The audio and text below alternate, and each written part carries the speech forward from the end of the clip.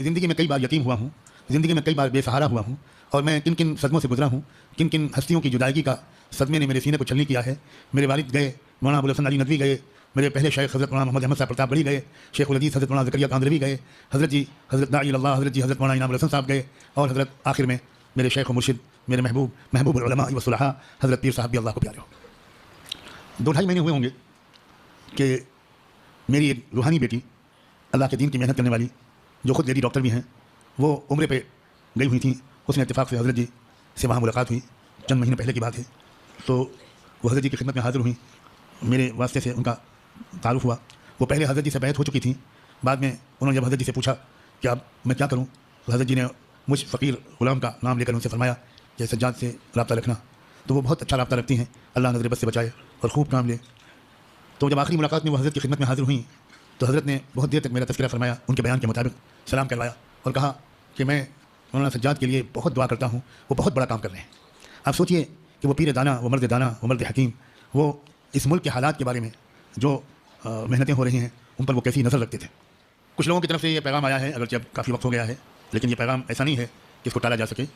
मैं तो अपने आप को इस हाल में भी नहीं पाता कि मैं हज़रत नव्वरल्लाहु मरकज़हू व क़द्दस सिर्रहू का कोई तफसीली तज़किरा करूँ। आप जिस मरकज़ में यहाँ बैठे हैं, ये हज़रत की जूतियों का सदका है। एक बार मैं मस्जिद नबी में बैठा था, हज़रत के पीछे हज़रत मगरिब की नमाज़ के बाद अव्वाबीन पढ़ रहे थे। नमाज से फारिग होकर हज़रत ने मेरी तरफ देखा, मैं लपक के पहुँचा। हज़रत ने फरमाया कि इंडिया का नक्शा मिल सकता है। तो मैं हैरान कि मस्जिद नबी में इस वक्त इंडिया का नक्शा मैं कहाँ से लाऊँ। मैं हज़रत दुआ फरमाया, मैं कोशिश करता हूँ। तो मस्जिद नबी के बाहर एक बड़ा बुक स्टॉल था। मैं दुआ मांगता हुआ ये सोचकर आगे बढ़ा कि शायद उस स्टॉल पर नक्शा मिल जाए, मैं जाकर उनसे पूछूं। अभी मैं मस्जिद नबी के दरवाजे से बाहर नहीं निकला था कि मस्जिद नबी के दरवाजे के अंदर दाखिल होते हुए एक साहब मिले। अस्सलाम वालेकुम। वालेकुम सलाम। कहने के बाद आप ही को ढूंढता हुआ मैं आ रहा था, आप यहीं मिल गए माशाल्लाह। मैंने कहा फरमाइए। कहने के मैं अपने कमरे की सफाई कर रहा था, उसमें मुझे इंडिया का एक नक्शा मिला। मैंने सोचा मेरे क्या काम आएगा, मैं आपको दे दूँ। अल्लाह अकबर।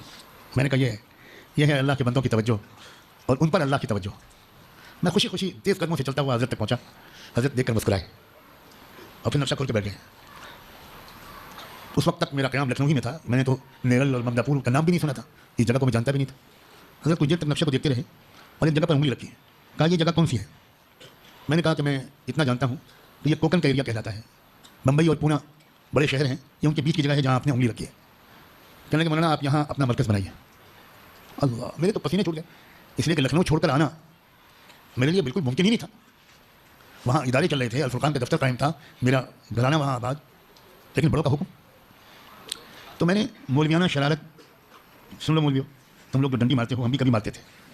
तो हमने वो डंडी मारने की नाकाम कोशिश करते हुए ये कहा कि कभी कभी चला जाए।